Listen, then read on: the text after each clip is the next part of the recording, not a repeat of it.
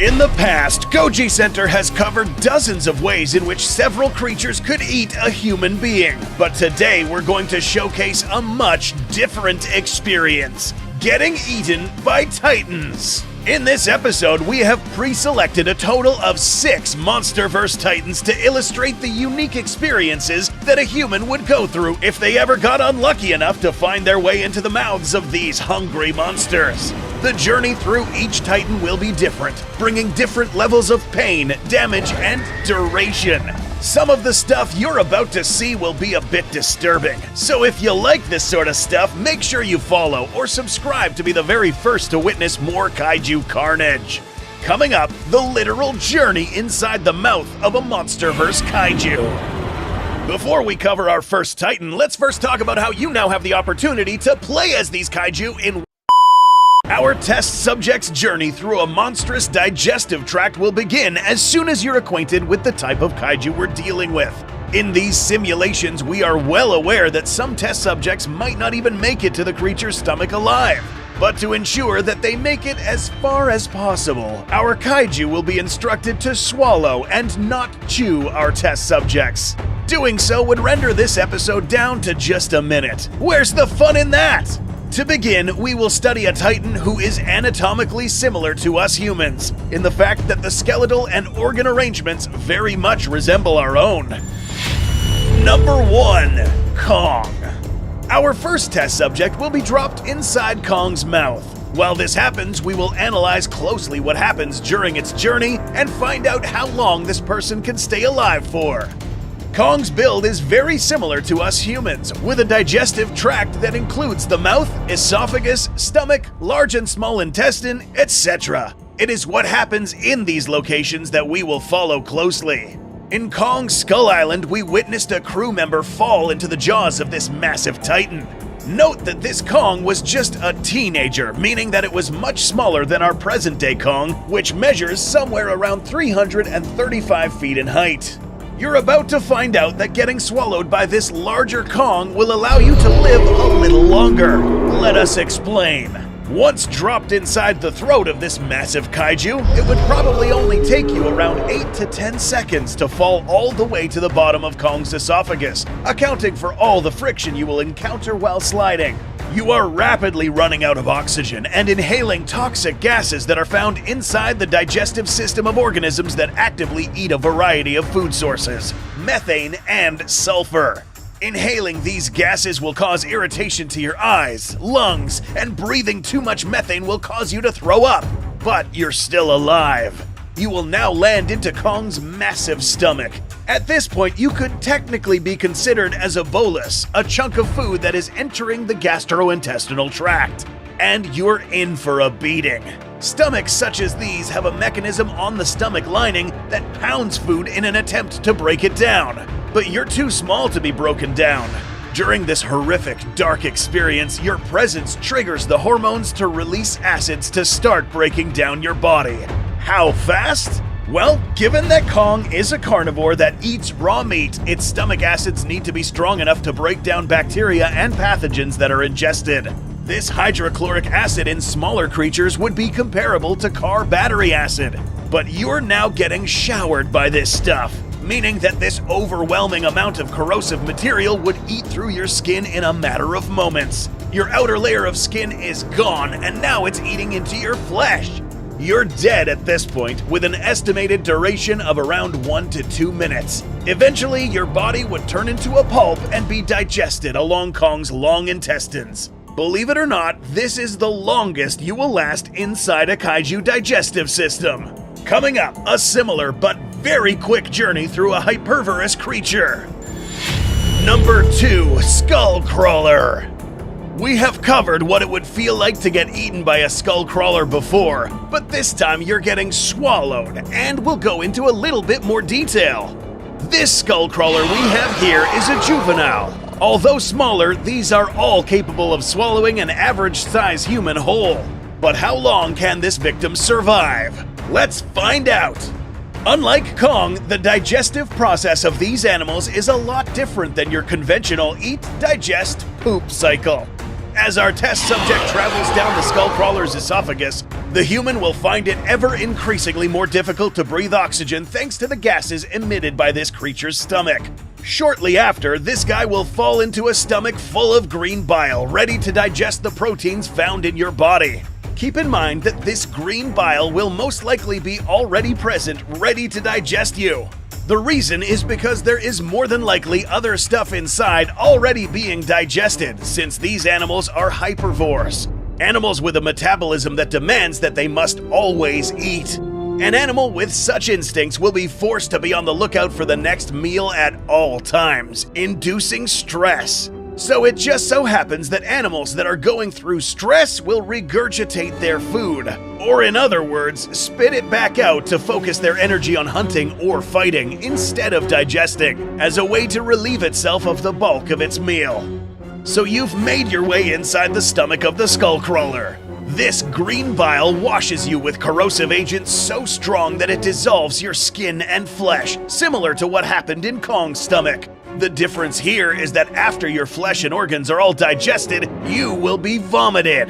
We are stepping into the realm of speculation, but it is likely that juvenile SkullCrawler digestive systems are incapable of digesting bones, causing them to spit you back out in order to possibly relieve themselves from any extra weight so that they may hunt their next prey. The amount of time that you were alive in this SkullCrawler would probably last just under a minute, since the concentrated bile would expel enough toxic gas to knock you unconscious. Either that, or you suffocate once pushed into a mush of half-digested carcasses in the SkullCrawler's stomach. At least you made it halfway through the digestive system. Your trip through the next Titans will probably end a lot faster. Number 3, Rodan. Up next, we encounter a Titan whose biology will make it a lot more difficult for you to survive an extended trip down this animal's throat. Now, if you know anything about this monster, you will recall that this creature can thrive in superheated biomes, and as far as being biologically volcanic in terms of anatomical composition. Yes, the big angry bird's temperature skyrockets above the previous Titans, matching the temperatures seen inside volcanoes. Well, how hot are these? Magma is said to reach up to 2200 degrees Fahrenheit. In order to give you an idea of how hot that is, it takes temperatures of 1600 degrees Fahrenheit to burn a human to a crisp, assuming you stay inside the fire, which will be your case inside Rodan's body. In 2019, we witnessed this pilot get eaten by Rodan. But how long did it take for this dude to die? Let's find out. As we drop our test subject inside Rodan's mouth, we start noticing that he starts to react to the intense heat. Rodan's fleshy tissue is resistant to these intense temperatures, but yours isn't. In a matter of moments, your body begins to literally cook while you're still alive. Making contact with Rodan's esophageal walls, for instance, will be like making contact with lava itself, causing instant third-degree burns all over your body. The good news is that you don't feel third-degree burns because the nerve endings get burned as well, but the edge of those burns are excruciatingly painful.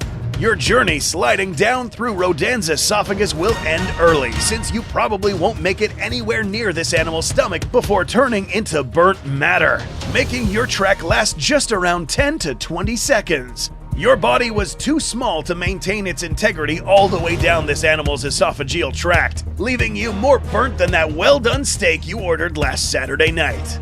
The next Titan might do the same thing to you, but with different means of doing so. Number 4, Monster Zero.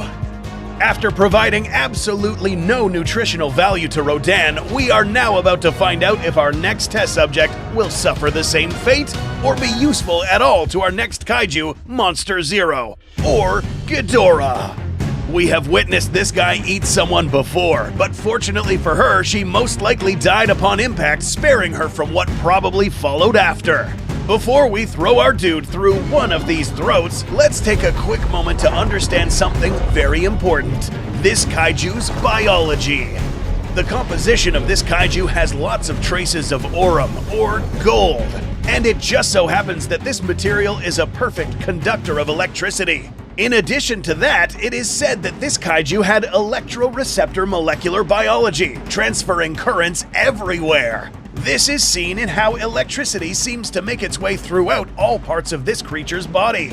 Consequently, it is only feasible to think that someone dropped inside the mouth of Ghidorah would only survive for a few seconds before succumbing to the energy levels running through his body, almost as if every surface of this animal's esophageal tract was a taser, meaning that any muscles would contract all at once, and the heart stopped as a result of the excess in electricity.